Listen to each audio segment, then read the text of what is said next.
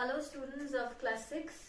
So this is my second video for the subject of history, and in my previous video I started with Mesopotamian civilization, and I told you about the civilization, like what is civilization, what is river valley civilization, what were the three kinds of civilization that grew up long years ago, thousands and thousands of years ago. Those were Egyptian civilization, Mesopotamian civilization, and Indus Valley civilization. And other than that, there were many other civilizations like Sumerian civilization, Babylonian, and Assyrian, which are not that important. But the most important three ones are Egyptian, Mesopotamian, and the Indus Valley civilization. So we were doing Mesopotamian civilization, and I did up to the society, like the society of the Mesopotamian civilization, which were divided into three classes: upper class, middle class, and lower class. So upper class, as I said, go through the chapter, like open the chapter Mesopotamian civilization and go through the society portion. Read that Mesopotamian considered the king to be of divine origin. So king was the most important person, and they considered king to be like a god.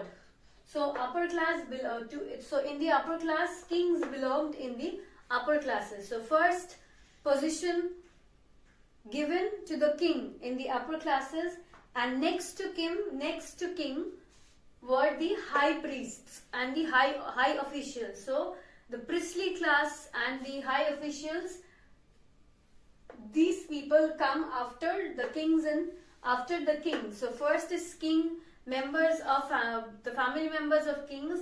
Next to him in social hierarchy was the priestly class, the priests and the high officials, who maintained all the royal records. So all the records of the kings and the members of the king's family, all those royal records were maintained by the priest class. Then now is the middle class. Middle class, all these three classes were the aristocrats of the society. So now coming to the middle class comprised landowners, merchants, traders, and shopkeepers. So in the middle class there were landowners, there were merchants, farmers, shopkeepers. So all these people comprised of the middle class. And the last class, that is the lower class had laborers, slaves, and prisoners of wars. Slaves, laborers, labourers, and prisoners of wars. So as you all know, in those days there a lot of war took place, and all the prisoners of the war were taken and they were put in this lower class, because those people were the lower class people, and those people were tortured a lot by the upper class. So the slaves, the laborers, and the prisoners of wars, they were all tortured by the upper class, that is the kings and the high priestly classes people. They used to torture the lower class people. So this was the division of the Mesopotamian society: upper, middle, and lower class. So now let us go to the family. How was the family of the Mesopotamian civilization? So we'll just rub the board.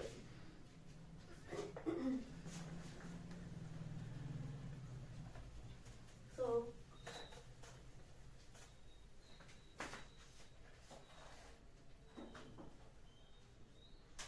let us come to the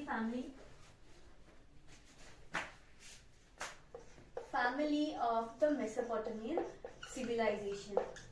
So family was the basic unit. It was the basic unit.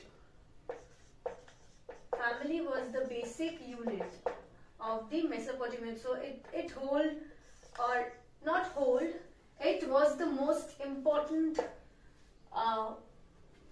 unit of the Mesopotamian civilization, that is family. And family was patriarchal. The society of the Mesopotamian civilization was patriarchal. Now what is patriarchal? Patriarchal. Patriarchal means father was the head of the family. So all the important decisions of the family were taken by the male figure, that is the father. So father was the head of the family.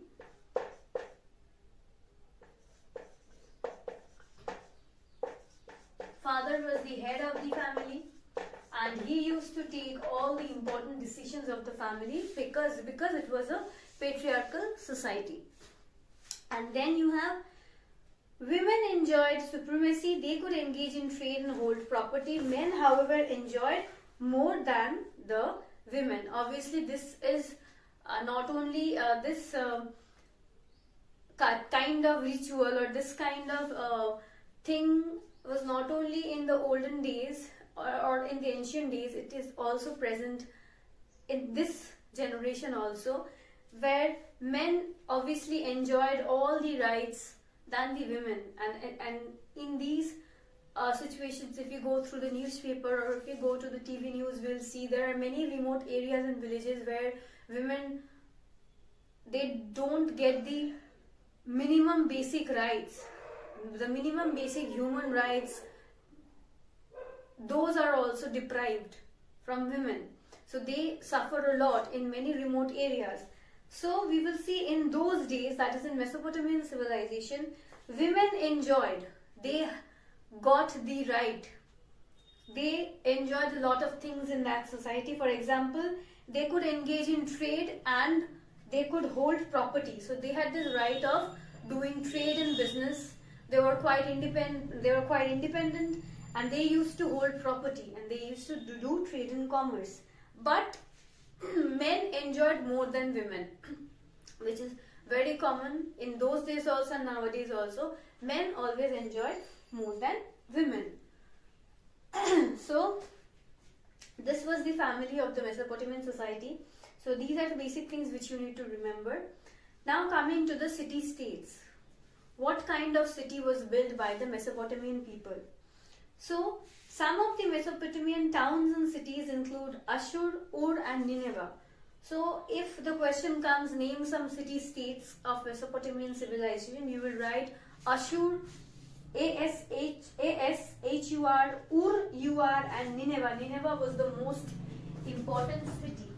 So family is done. Now we are doing the city-states of Mesopotamian civilization.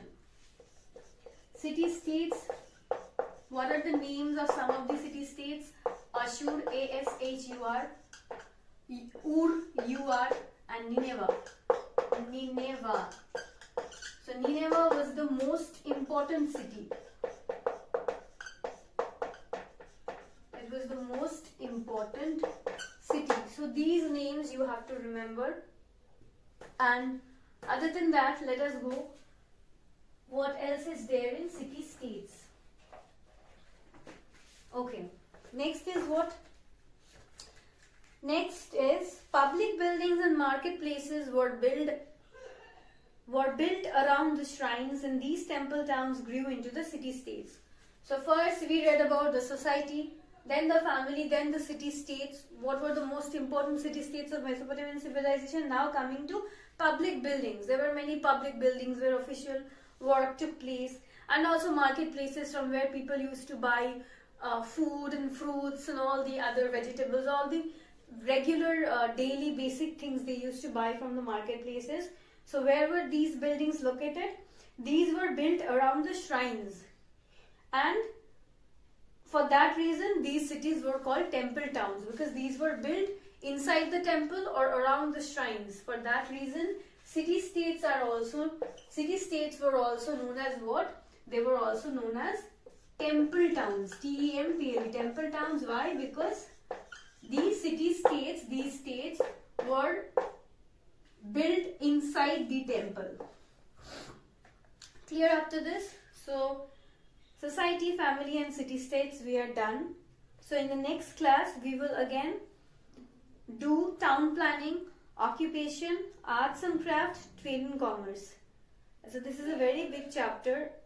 Obviously it is history. You people can understand history is all about the past, about how people used to live in the past days and how they got so civilized, how they made themselves civilized, and also the surroundings, how they made their surroundings civilized by building up towns and cities, by building up settlements and civilization. So we'll again carry on with the chapter in my next video. Till then, bye, take care, and thank you, students.